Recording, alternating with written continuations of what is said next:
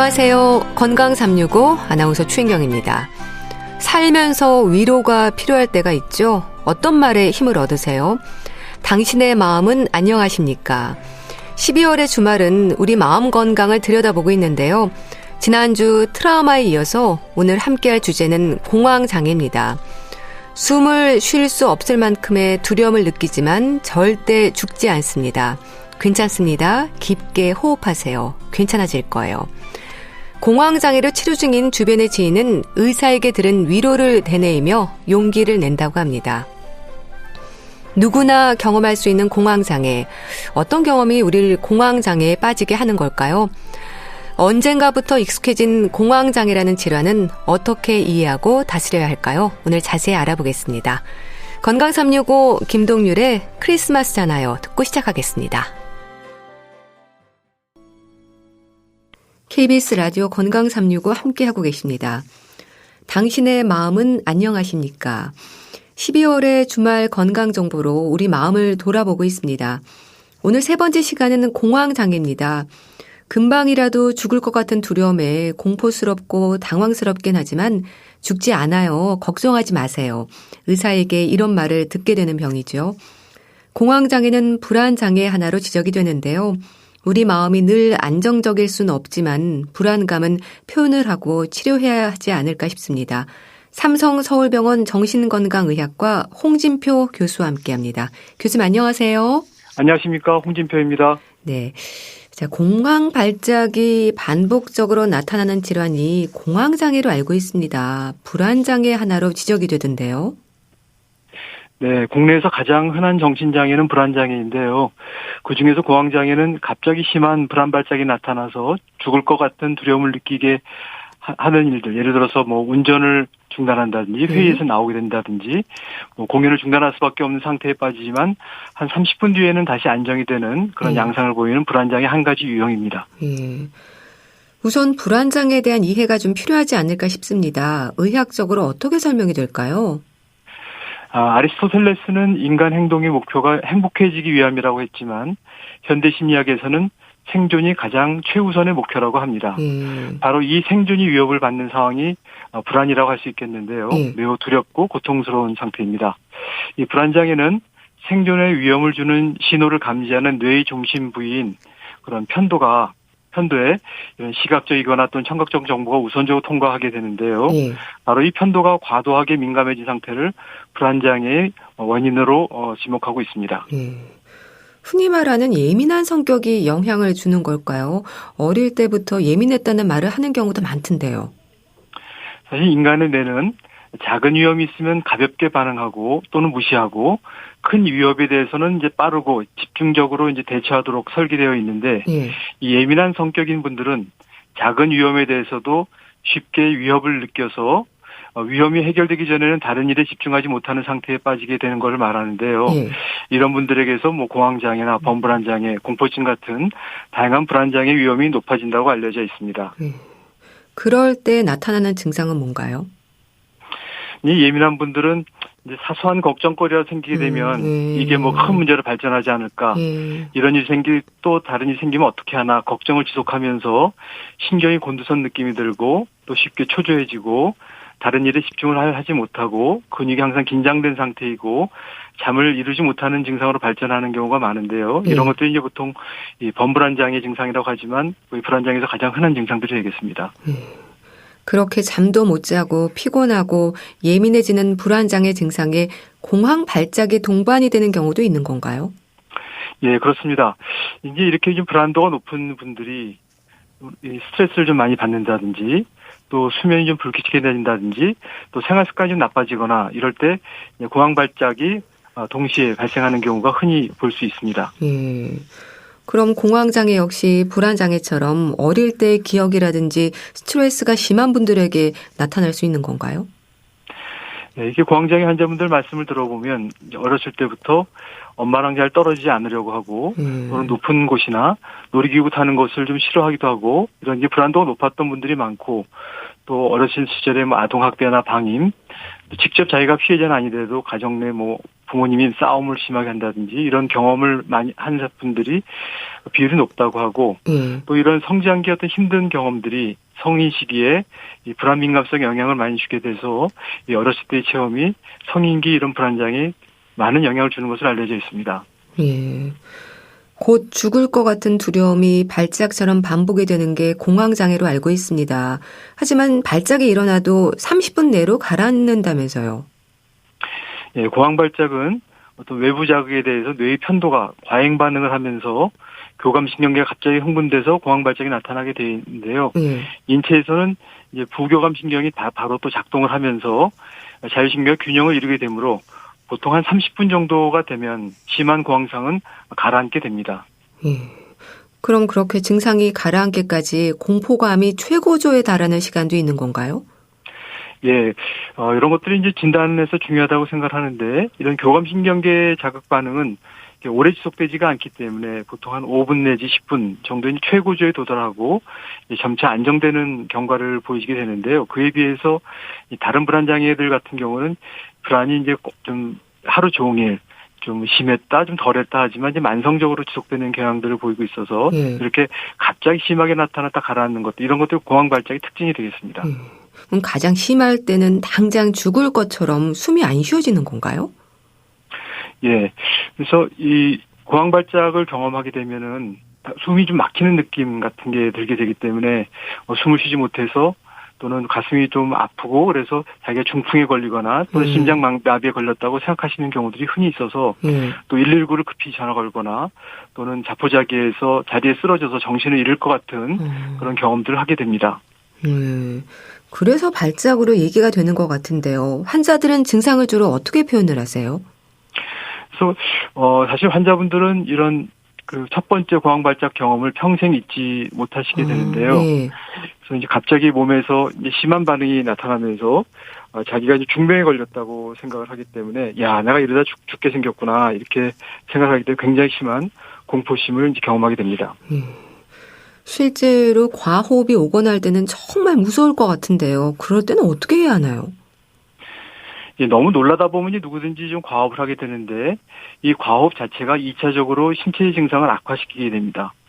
과호흡으로도 몸속에 산소를 과도하게 흡입하게 되면 혈액이 알칼리성으로 바뀌고 이로 인해서 전해질 균형이 깨지면서 손발이 마비되거나 또는 근육 경련을 일으키게 되는데 이런 자신의 모습을 보면서 더 공포심에 빠지게 됩니다. 그래서 공황장애를 앓는 분들은 초기에 복식호흡이나 이완요법을 배우시는 걸 꼭 권하게 되는데요. 당황스럽다도 코로 천천히 숨을 쉬면서 또는 봉투를 이용해서 자신의 숨을 호흡하도록 하면 이런 과호흡으로 인한 2차적인 증상들을 예방하는 데 효과가 있습니다. 그러니까 숨을 좀 길게 쉬는 것도 방법이 되겠네요. 그래서 보통은 놀라시게 되면 숨을 깊고 빠르게 쉬게 되거든요. 그래서 숨을 빠르게 쉬는 것도 멈춰야겠지만 숨도 좀 편안하게 천천히 숨을 쉬도록 하는 것들이 이런 2차 증상을 예방하는 데 중요한 게 되겠습니다. 워낙 증상이 다양해서 진단도 쉽지 않을 것 같은데요. 공황장애 진단 기준이 뭘까요? 사실은 위험한 상황에서 불안 반응을 느낀다면 그걸 공황장애라고 하지는 않고요.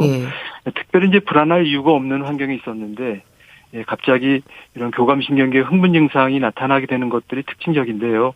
이 교감신경계는 전신에 분포하기 때문에 심장에서 나타나면 이제 두근거리거나 심장이 빨리 뛰거나 가슴이 아프거나 압박감 같은 걸 느끼게 되겠고 호흡기 증상으로는 이제 숨이 막히거나 답답하고 또 질식해서 숨이 막혀 죽을 것 같은 느낌, 또 위장 증상으로는 미식거리거나 뱃속이 불편하고 신경계에서는 손발이 떨리고 어지럽거나 쓰러질 것 같다든지 감각 이상을 경험하게 되고 열감, 오한, 땀 이런 증상 다양한 전신적인 그런 증상들이 나타나게 되는데 이런 것들 중에서 4가지 이상이 동시에 갑자기 나타나서 10분 이내에 최고조에 도달하다가 가라앉으면 이런 경우 우리가 공황 발작으로 1차적 진단을 내리게 됩니다.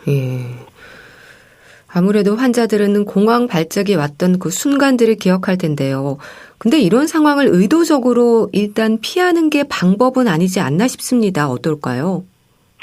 이 공황 발작은 흔히 이제 좀 좁거나 좀 어둡거나 증상이 불편할 때 바로 나가기 어려운 장소들, 예를 들어서 지하철, 터널, 비행기, 엘리베이터 같은 그런 장소에 잘 나타나게 되는데요.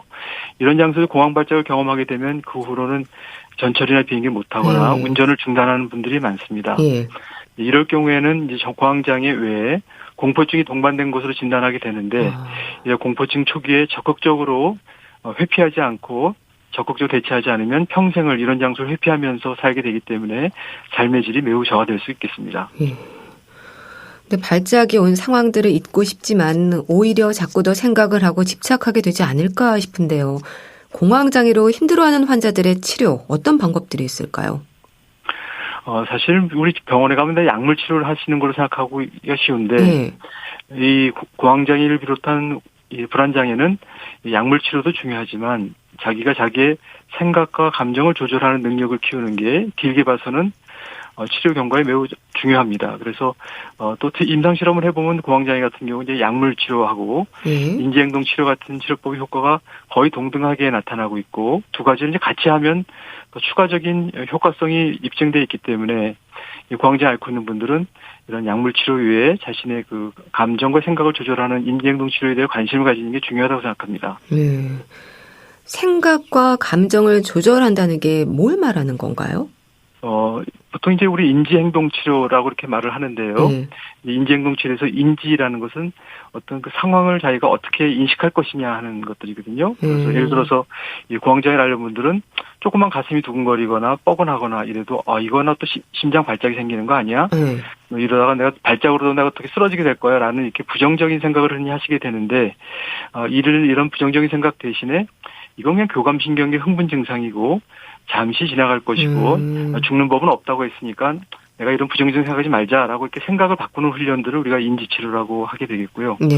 또 이 행동치료라는 것은 긴장이완요법이라든지 또 호흡법이라든지 이런 것들을 이용해서 공황발작시 나타나는 교감신경의 흥분 증상을 스스로 조절하는 능력을 반복 훈련하는 것을 말합니다. 그래서 저희는 가능하면 초기에 이런 인지적인 면, 행동치료적인 면을 충분히 학습을 해서 해야만 약물을 중단한 이후에도 증상이 나타나도 스스로 잘 대처할 수 있는 힘을 키울 수 있지 않을까라고 생각합니다. 그러니까 뭐 긴장 이완요법, 호흡법 이런 것들이 다 같은 방법의 치료인 건가요? 예, 그렇습니다. 그래서 우선은 이제 불안해지면 사람들이 숨을 몰아쉬게 되고 또 숨을 몰아쉬게 되는 것만으로도 오히려 신체 증상들이 악화돼서 그런 증상이 악화되는 경험들을 하면서 더 불안해지기 때문에 호흡을 갖다 조절하는 법들은 가장 이제 중요하게 되겠고요. 또 이런 불안장애 있는 분들은 자기도 모르게 전신이 긴장을 하면서 교감신경계 흥분을 갖다 유도하기 때문에 긴장을 푸는 게 원래 이렇게 기운 빼는 게 골프도 그렇지만 기운 빼는 게 가장 어렵다 하지 않습니까? 그래서 이 기운을 빼는 이완하는 이런 연습들을 갖다가 여러 가지를 한번 배우는 게 필요하겠습니다. 평균적으로 그렇게 적극적인 치료가 필요한 기간은 어느 정도일까요? 저는 가이드라인마다 조금 이제 차이가 있게 되겠는데요. 한 6개월 정도는 약물 치료와 또 인지행동 치료적인 기법들을 조금 초기에 배워서 보통 인지행동 치료는 뭐 한 세션이나 두 세션만으로도 이제 좋아지는 경우들이 많고요. 또 공포증이 심한 경우에는 한 10세션 정도 교육을 받기도 하지만 그래서 한두 세션 정도의 인지행동적인 기법을 배우는 것도 크게 도움이 되겠고요. 약물 치료는 보통 모든 환자들의 약을 처방하는 것은 아니지만 증상이 좀 너무 반복적으로 생긴다든지 증상 때문에 당장 업무에 지장이 생기는 것들은 이제 약물 치료 하시는 걸 권하는데 보통 한 6개월 정도 약물 치료를 지속해라는 가이드라인도 있고 우리 1년 정도는 해야지 재발의 비율을 좀 낮춘다는 그런 지침도 있고 합니다. 공황장애 환자들에게 처방이 되는 약물은 어떤 건가요? 그래서 예전에는 뭐 공황장애 딱 그러면은 뭐 안정제 성분을 주는 걸로 졸린 약이고 습관성이 되고 또 뭐 치매가 생길 수 있고 이런 부정적인 인식을 갖고 있는 안정제를 처방한다고 알고 계시지만 요즘은 일체 치료제로는 선택적 세로토닌 제흡수 억제제라고 우울증 치료제로 개발됐지만 실제 공황장애에 적용을 했더니 공황장애를 예방하는 데 효과적인 치료제로 이제 인정을 받고 있고요. 보통 이제 세로토닌 분비를 이제 증가시켜서 편도가 이제 아주 예민한 상태에 있게 있는데 그것을 세로토닌이 조금 흥분을 억제시켜주는 효과를 발휘하거든요. 그래서 편도 예민한 것들이 호전되면서 자연스럽게 공황상 자체가 생기지 않는 치료 효과를 나타내고 또 장점이라면 이제 습관성이 없다는 점, 또 공황상뿐 아니라 흔히 이제 우울 증상이 한 40~50%에서 동반되는데 이 우울 증상 있는 분들도 이 세로토닌 제흡수 억제제라는 우울증 약제를 통해서 일타 쌍피라고 할 수 있겠네요. 두 가지가 다 좋아질 수 있는 그런 가능성이 있겠습니다. 예. 이 선택적 세로토닌 재흡수 억제제 좀 어렵네요. 어떤 기전으로 작용을 하는지 좀 궁금합니다. 네, 이게 이제 1990년대에 개발된 항우 우울제인데 주로 세로토닌이 재흡수가 돼서 분해가 되는데 이 재흡수되는 것을 차단을 해서 세포 내에 세로토닌이 많아지도록 하는 그런 기전을 갖고 있는 약제들입니다. 그래서 한때는 이제 매지컬 드럭이라고 뉴스에 나오고 그랬었는데 그런 약제들은 이 세로토닌이 뇌에서 증가하는 것만으로도 불쾌감을 좀 덜 느끼고 또 우울감이나 또는 심한 공황 이런 것들을 예방시켜주기 때문에 안전하면서 효과적인 치료제로 인식되고 있습니다. 네. 그럼 발작에 대비해서 약을 가지고 있다가 필요할 때 복용해도 되는 건가요? 아니면 처음 일정 기간은 발작과 상관없이 복용을 하는 건가요? 그래서 아까 말씀드린 항우울제 계통의 세로토닌 재흡수 차단제 같은 경우는 이분은 약물 치료하는 게 좋겠다 싶을 경우에 이제 초기서부터 처방을 하게 되겠고요. 그 외에 항불안제라고 하기도 하고 안정제라고 하기도 하는 그런 알프라졸람, 아티반 이런 성분 같은 경우는 초기에 사용하면 이제 증상 호전에 도움이 돼서 초기에 같이 사용하는 경우들이 많긴 하고요. 근데 증상이 좀 좋아지면은 이런 항불안제는 가능하면 줄여서 끊는 것들을 더 많이 권하게 되겠고요. 네. 하지만 약을 먹는 중간에도 빈도나 강도는 좀 줄어들어도 발작이 생길 수가 있기 때문에 거기에 대한 두려움 갖고 있는 분들이 굉장히 많거든요. 그래서 그런 분들은 이런 증상이 생겼을 때 즉각적인 효과를 내기 위해서 항불안제 같은 것들을 지니고 다니시다가 필요할 때 이제 한두 번씩 드시는 경우들도 많이 있습니다. 그래서 저희들 원칙적으로는 발작이 생길 때 좀 생각을 좀 긍정적인 생각을 하고 호흡법이나 근육이완법으로 조절하는 것들을 권고를 하지만 정 견디기 힘들다면 약물을 투여해서라도 증상을 스스로 조절하는 힘을 키우는 게 중요합니다. 그래서 저희는 이 치료는 약을 먹고 특정 기간 지나면 병이 낫는 거라기보다는 증상이 나타나도 자기가 그것을 잘 다룰 줄 알고 또 약이 아닌 방법으로도 증상을 좀 경감시킬 수 있고 그리고 위기 상황을 스스로 넘길 수가 있으면 이 병이 완치된 것이다라고 저희들은 보고 있습니다. 예.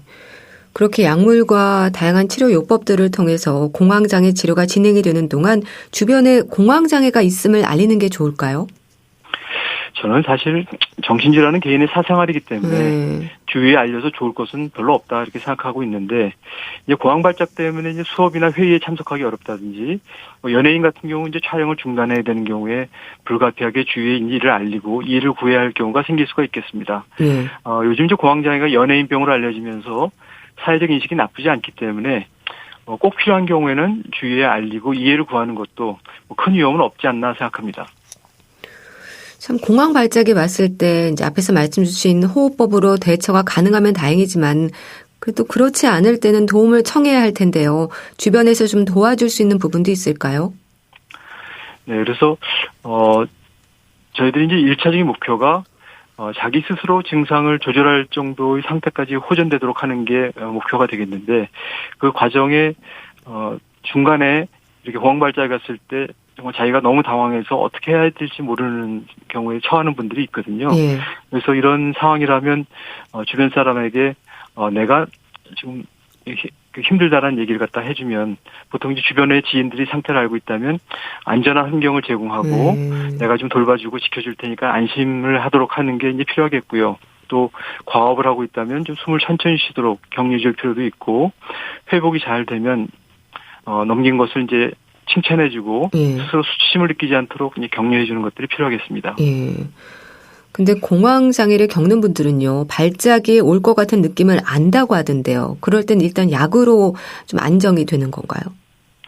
네, 그래서 아까 말씀드릴 때 공황장애에 이제 13가지 증상이 있는데, 그 중에서 4가지 이상 있을 때를 우리가 공황 발작이라고 얘기를 하는데, 4개까지는 아니지만 그 중에 한두 가지 증상들이 여러 상황 속에서 느껴지실 때가 있거든요. 그런데 이제 겁이 많으신 분들 같은 경우는 이거 이러다가 또 발작하는 거 아니야라고 이렇게 예기 불안을 갖게 되면서 더 긴장하기 때문에 증상이 악화되는 것들을 볼 수가 있게 되겠는데요.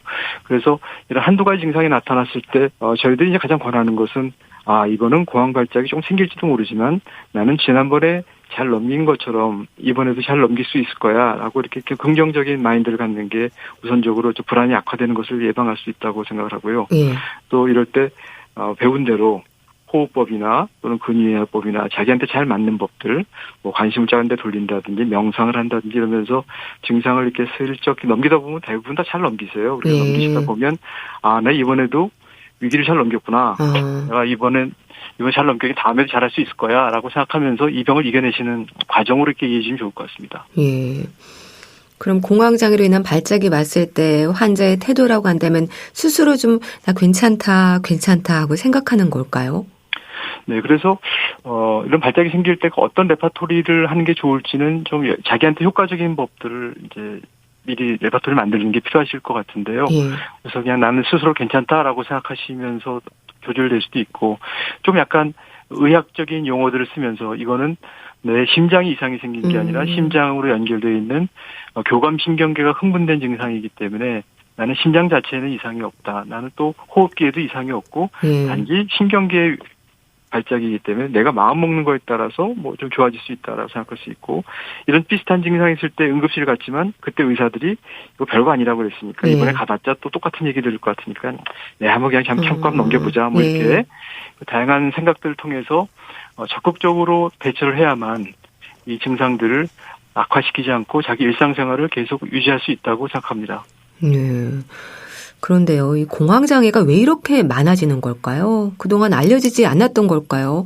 참 말씀을 들으면서 생각해 보니까 제 주변에도 공황장애로 좀 힘들어하시는 분들이 많으시거든요. 저희들 역학조사를 해보면 이 공황발작을 경험하는 분들이 한 10% 정도 된다고 하거든요. 그래서 그중에서 이제 병적인 수준까지 되는 분들은 한 1, 2% 정도라고 생각을 하는데 하지만 이런 공황발작을 조금씩 경험하시는 분들은 꽤 많이 있는 게 사실이고요. 저도 사실은 이 여주의 높은 다리 위를 지나갈 때마다 제가 다리 위에 있다는 걸 인식하지 않아도 몸에서 불안 발작이 생기거든요. 그래서 이런 공황발작은 사실은 뭐 꼭 병적이다 이렇게 생각하기보다는 내 뇌가 좀 외부 환경에 좀 예민하게 반응하는 정도다라고 이렇게 스스로 위로하고 자신감을 갖다 회복하는 게 필요하다고 생각합니다. 예. 이 공황장애로 오랫동안 약을 복용 중인 분들이 주변에 많습니다. 어떤 말씀을 주실까요? 네, 저희가 이제 공황장애 추적 연구를 해보면 처음 진단받은 환자 한 90% 정도가 1년 뒤에는 생활에 별 지장이 없는 상태로 회복되는 것을 확인할 수가 있었습니다. 그래서 이 공황장애는 생각보다 경과가 되게 좋은 그런 병이고 지금은 매우 고통스럽지만 한두 달 정도 지나면 증상이 많이 경감될 것이고 한 1년이 지나면 사실 이 병이 나의 삶에 별로 영향을 주지 않을 수 있다고 보셔야 되겠고요. 그리고 약물 치료에 대해서 너무 이렇게 의존하실 필요는 없다고 생각하고 보통 한 6개월 내지 1년 정도까지 증상이 좀 좋아지시면 특히 항불안제를 조금씩 감량하면서 SSRI 계통의 그런 항우울제로 조절을 하다가 증상이 어느 정도 자기가 조절할 줄 아는 능력, 증상이 나타나도 자기가 호흡법이나 또는 근육이완법이나 이런 거로다가 이제 어느 정도 다룰 줄 알면 증상이 좀 생겨도 괜찮다. 이 증상은 깨끗이 없어져야 낫는 게 아니라 증상이 좀 생기더라도 내가 잘 넘길 줄 알면 이 병을 이긴 것이다라고 생각하시고요. 그래서 약물 치료를 갖다가 나는 약을 먹어야만 별 문제 없이 살 수 있다라는 생각은 약간 잘못된 생각이라고 생각하고요. 적극적으로 자기 증상을 다룰 줄 아는 능력을 키우는 게 우선이라고 생각합니다. 네. 자, 말씀 잘 들었습니다. 삼성서울병원 정신건강의학과 홍진표 교수와 함께 있는데요. 감사합니다. 감사합니다. KBS 라디오 건강365 함께하고 계신데요. 마이클 볼레의 화이트 크리스마스 듣고 다시 오겠습니다.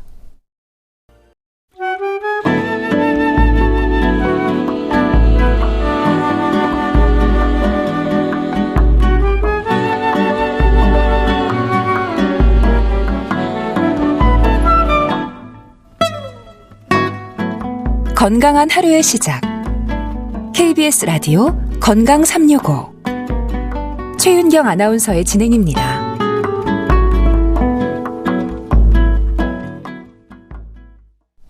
KBS 라디오 건강365 함께하고 계십니다. 북컬럼니스트 홍순철 씨 자리했습니다. 안녕하세요. 네, 안녕하세요.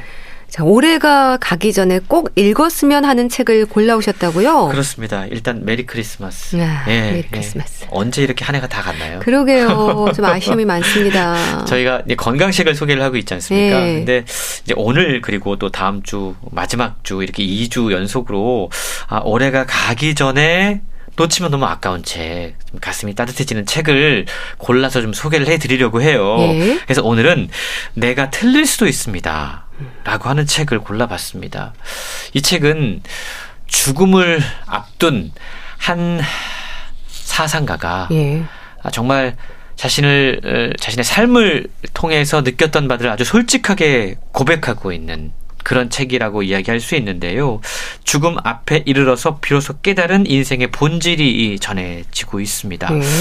우리가 누군가의 허망한 죽음을 목격하게 될 때, 그리고 참 죽음 앞에서는 모든 게 다 덧없구나 라는 걸 느끼게 됐을 때 참 절망하게 돼요.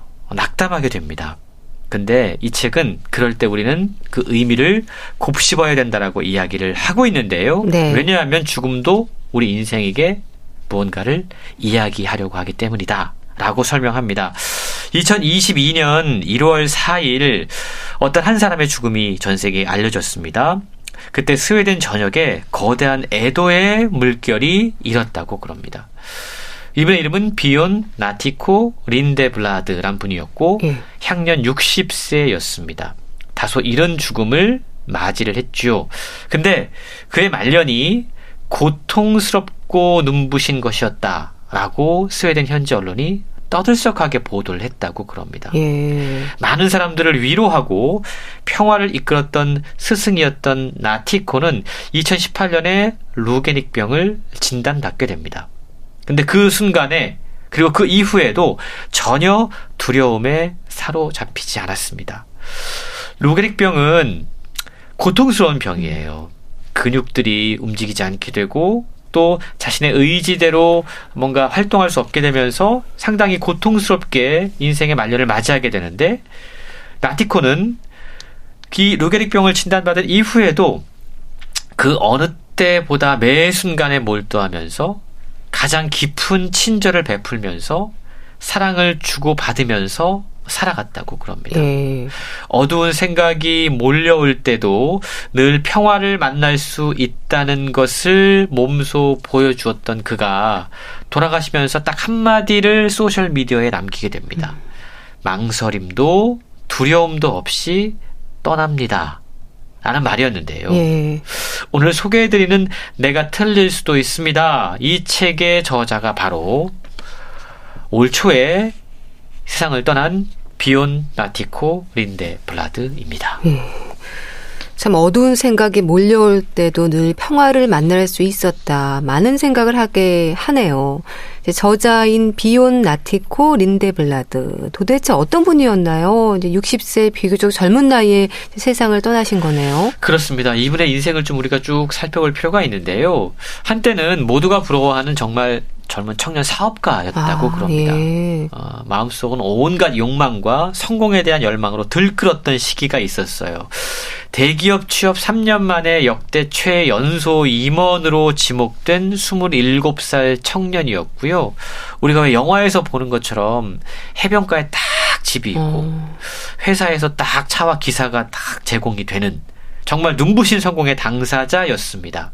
그런데 성공의 사다리를 타고 위로 올라갈수록 그는 자신이 조금도 더 행복해지지 않고 있다라는 것을 깨닫게 됐다고 그럽니다. 오히려 쉴 새 없이 불안했다라고 고백하고 있는데요. 그래서 그 성공의 사다리에서 스스로 내려오기로 결심합니다. 그리고 그때부터 마음의 평화가 찾아왔다라고 이야기를 하고 있는데 회사를 일단 그만두고 모든 재산을 다 나눠준 뒤에 스웨덴에 살던 저자는 태국 밀림의 엄격한 계율을 따르는 숲속 사원에 귀의를 하게 됩니다. 그리고 그때 지혜가 자라는 사람이라는 뜻의 법명 나티코를 얻게 돼요. 그래서 이제 저자 이름이 원래 비온 린데블라드인데 비온 나티코 린데블라드가 된 거죠. 17년 동안 그곳에서 수행 생활을 했다고 그럽니다. 수행 생활을 하면서 불안과 의심을 부르는 마음속의 소음들을 잠재우고 진정한 자신으로 살아가는 길을 찾아내기 위해 많은 노력들을 했다고 그래요. 그리고 그때 깨달은 여러 가지 내용들이 책에 소개가 되고 있는데 가장 중요한 부분은 그 전까지 그리고 그때까지도 내가 나라고 믿었던 어떤 형체들, 생각들, 사실은 그런 것들이 이런저런 잡다하고 충동적인 생각들의 조합일 뿐이었구나 라는 것을 깨달았다고 그럽니다. 네. 그리고 오랜 수행을 통해서 마음속에 생기는 이런저런 잡다한 생각들을 믿지 않고 멀리 하는 방법을 배웠다고 그래요. 그렇게 하자 비로소 우리 내면에 원래 존재했던 본래의 목소리, 지혜의 목소리를 듣게 됐다라고 책을 통해 고백하고 있습니다. 예. 그러니까 비온 나티코, 나티코가 지혜가 잘하는 사람이라는 뜻의 본명이군요. 참 나라는 존재가 잡다하고 충동적인 생각들의 조합이었다는 깨달음. 이게 참 감히 흉내도 낼 수 없는 깊은 생각이네요. 그렇습니다. 우리를 생각에 잠기게 하는 것이 무엇일까라고 저자는 이야기합니다. 우리가 흔히 뭐 5만 가지 잡생각이라는 표현을 하지 않습니까? 가만히 생각해보면 우리의 자아는 우리가 하는 생각으로 이루어져 있어요. 근데 많은 생각들이 과거에 대한 생각들입니다.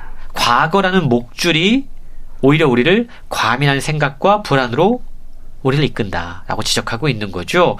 그러면서 과거에 사로잡힌 삶, 과거에 대한 이런저런 후회와 잡생각은 우리의 삶을 옥죄일 뿐이다라고 조언하고 있습니다.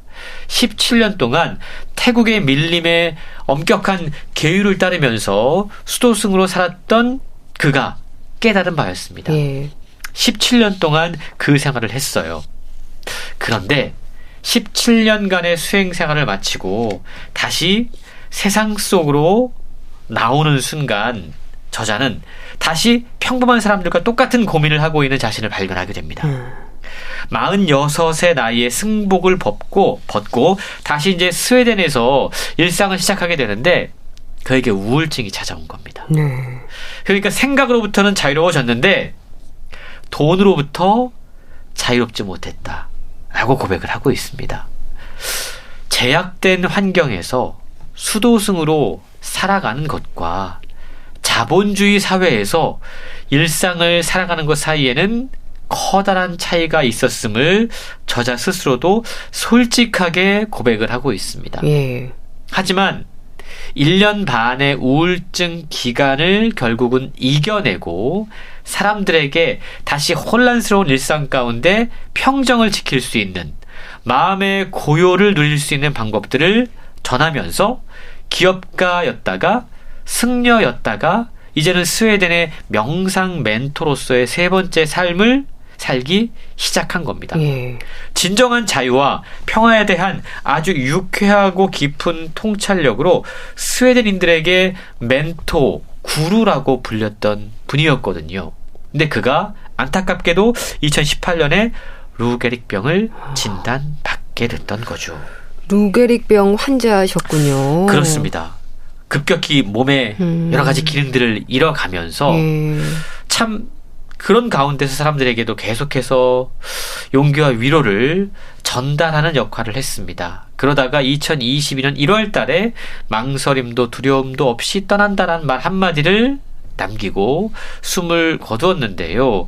이 책에는 마치 영화 같은 인생을 살았던 저자가 다양한 삶의 궤적을 통해서 깨달은 삶의 지혜들을 소개를 하고 있다는 거죠. 수도자로서 마음의 지혜를 전하지만 자신의 이야기를, 그러니까 돈이 없어서 우울증에 걸렸던 이야기라던가 정말 꾸밈없이 솔직하게 드러내고 있어서 오히려 일반 사람들도 머리를 끄덕이면서 공감하고 읽을 수 있는데요.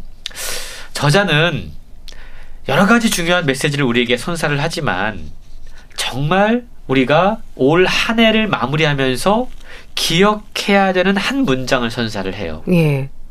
갈등에 싹이 트려고 할 때, 누군가와 맞서게 될 때 이 주문을 마음속으로 3번만 반복하라 라고 전하고 있습니다. 진심으로 3번만 이 주문을 반복하게 된다면 우리의 마음속 근심이 여름날 아침에 풀밭에 맺힌 이슬처럼 순식간에 사라질 것이다 라고 조언하고 있어요. 그 마법의 주문이 바로 이 책의 제목이기도 한데요. 내가 틀릴 수도 있습니다. 내가 틀릴 수도 있습니다. 네. 내가 틀릴 수도 있습니다. 이 주문을 되는 순간 우리의 갈등의 싹은 사라지고 사람들과의 관계는 회복될 것이다 라고 이야기하고 있습니다. 참 인생을 살면서 내가 틀릴 수 있습니다라는 고백을 늘 기억한다면 사실 미움이나 갈등 같은 감정들도 잘 다스릴 수 있을 텐데요. 그게 쉬운 일은 아닌 것 같아요. 그렇습니다. 우리가 사실 갈등이 생기는 이유는 내가 옳기 때문이잖아요. 그러니까요. 그걸 주장하기 때문이지 않습니까? 저자는 우리에게 생각을 내려놓을 능력이 있다라는 사실을 깨닫게 해줍니다. 우리가 너무 많은 생각을 하면서 살고 있지만 실제로 우리가 하는 생각 가운데 상당수가 쓸데없는 생각인 경우가 많이 있습니다. 예. 불현듯 떠오르는 이런저런 생각들은 우리의 일상을 뒤흔드는 경우가 많아요. 최근요.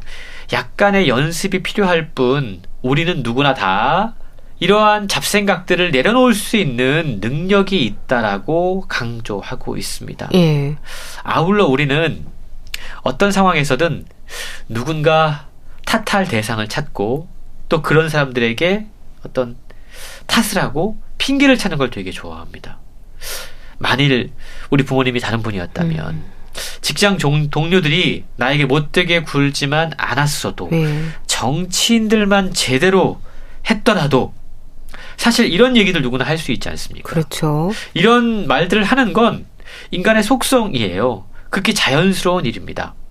하지만 이렇게 핑계대는 인생은 결국 우리를 행복하게 할 수 없다라고 이야기합니다. 삶이 힘들어지고 심리적인 압박을 겪을 때 남을 손가락질하는 게 사실 편해요.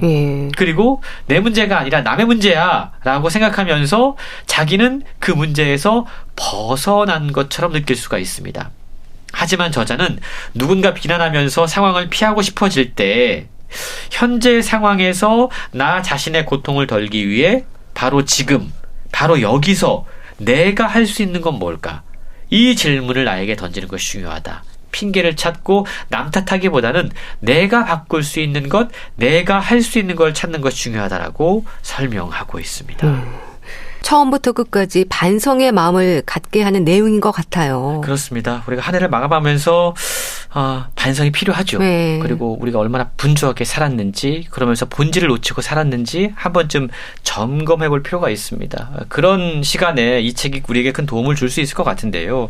저자는 우리 모두의 내면 속에 아주 정교하게 연마된 자기만의 조용한 나침반이 있다 라고 이야기를 해요. 근데 그 나침반이 방향을 우리에게 보여주고 뭔가 목소리를 내려고 하는데 우리가 그걸 잘 듣거나 보지 못합니다. 그 이유는 더 요란스러운 자아의 목소리가 있기 때문입니다.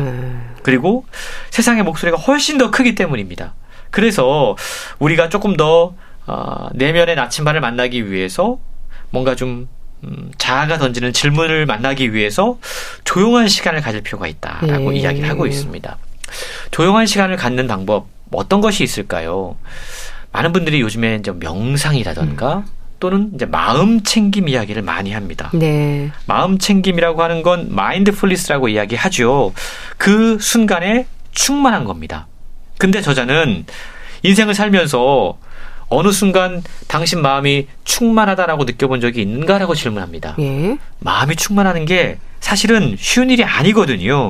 단 한순간도 마음이 진정으로 충만하다라고 느껴본 적이 본인도 없다라고 이야기를 해요. 왜냐하면 우리 마음은 늘 어떤 욕망, 어떤 공허함으로 가득 차 있기 때문에 마인드풀니스, 마음 챙김을 할 수가 없다라는 겁니다.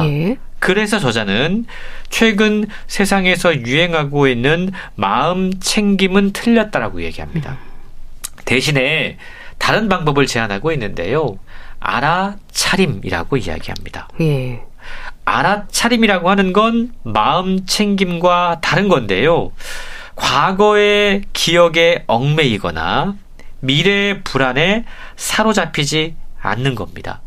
내가 지금 여기에 있어 라는 걸 의식하는 거예요. 그러니까 가만 생각해 보면 우리가 지금 여기에 있지만 우리의 생각이 과거에 머무를 때가 되게 많습니다. 그렇죠. 미래에 대한 걱정, 자녀에 대한 걱정, 여러 가지 사실 2022년도 마지막 이 순간에 있으면서도 내년에 계획들을 세우느라고 되게 분주한 경우가 되게 많아요. 저자는 그럴 때 알아차림을 이야기합니다. 네가 지금 여기에 있음을 인식해라. 넌 지금 다른 곳에 있는 것이 아니다. 현재의 순간을 살아가는 것이 왜 중요한지를 이야기해 주고 있는데요. 순간순간을 현재로 채우려고 노력하고 은은하게 주변을 알아차리고 또 현재를 알아차리고 그렇게 하다 보면 우리의 관심과 주의가 지금 내가 있는 곳으로 모이게 되고 그것이 우리로 하여금 여러 가지 잡생각으로부터 온전한 마음의 목소리를 들을 수 있도록 안내해 준다라고 설명하고 있는 겁니다. 네. 내가 틀릴 수도 있습니다. 언제나 이 생각을 중심에 둔다면 살면서 실천하기 힘든 평정심을 유지하는 데 도움이 되겠어요. 그렇습니다. 우리는 흔히 내 생각이 나야 라고 생각하는데요. 저자는 반복적으로 이야기합니다. 당신의 생각을 모두 믿지 말아라. 당신의 생각이 당신이 아닐 수도 있다. 라는 건데요. 이 저자의 가르침을 우리가 여러 번 되뇌 필요가 있을 것 같습니다. 그리고 저자는 온갖 잡다한 고민과 생각이 우리 마음을 뒤흔드는 순간을 주먹을 너무 세게 쥐는 것에 비유하고 있습니다. 주먹을 세게 쥐면 어떤 기분이 들죠? 사실 이러면 우리가 손도 이렇게 힘이 가지만 마음도 뭔가 좀 꽉 조이는 것 같은 느낌이 들 때가 있습니다. 이런 느낌은 뭐냐 하면 왜 세상이 이 모양이야? 왜 나는 항상 내가 마음먹은 대로 잘 되지 않는 거지? 라는 사실에 분노하는 겁니다. 세상을 탓하는 겁니다. 정치인을 탓하는 거죠. 누군가 비난을 쏟아낼 대상을 찾는 겁니다. 이런 게 바로 주먹을 너무 세게 쥐는 것인데요. 근데 문제는 주먹을 너무 세게 쥐면 결국 우리 자신을 더욱더 초라하고 어리석고 외롭게 만들 뿐이다라는 사실을 기억해 하라는 겁니다. 우리 마음이 분주하고 우리의 생각이 우리를 지배할 때 어떻게 하면 뭔가 평정심을 되찾을 수 있을까요? 주먹을 세게 쥐는 것. 여기에서 한번 힌트를 얻어보시죠. 주먹을 세게 쥘 때 우리는 손에 힘이 가해지고 마음도 꽉 조인 것 같은 느낌이 드는데요. 그렇죠. 한번 해보세요. 주먹을 세게 쥐었다가 천천히 힘을 빼고 펴는 동작을 한번 해보시죠. 실제로 이 아무것도 아닌 단순한 신체적인 동작만으로도 우리는 우리의 마음이 이완되는 것을 느낄 수가 있습니다. 저자는 실제로 우리가 무언가에 사로잡혀서 우리의 생각이 우리를 괴롭힐 때 주먹을 세게 쥐었다가 펴는 것만으로도 우리의 마음이 이완되고 마음의 불안과 분노에서 벗어날 수 있다라고 이야기를 하고 있는데요. 상황이 우리를 괴롭힐 때 사실 우리는 상황을 바꿀 수는 없습니다. 우리가 바꿀 수 있는 건 결국 그걸 대한 우리의 태도예요. 우리의 마음가짐입니다. 저자는 그래서요. 우리 자신이 어찌할 수 없는 것들이 있다면 그건 그냥 받아들이자. 그리고 내 안에서 자꾸만 무언가 나를 괴롭히려고 하는 여러 가지 세상의 분주한 목소리가 있다면 그걸로부터 멀어지자. 자꾸 이런저런 나에 대한 부정적인 생각이 든다면 그것이 진짜 나의 모습이 아닐 수도 있다라고 인정하자. 그것이 차분한 마음의 본성을 들을 수 있는 좋은 길이고 나침반이다 라고 설명하고 있는 겁니다. 네. 생각을 모두 믿지 말라. 내가 틀릴 수도 있다. 내 안의 평화를 위한 방법일 수 있겠습니다. 북컬럼니스트 홍순철 씨와 함께 했는데요. 감사합니다. 고맙습니다. 수지의 겨울아이 보내드리면서 인사드릴게요. 건강365 아나운서 최인경이었습니다. 고맙습니다.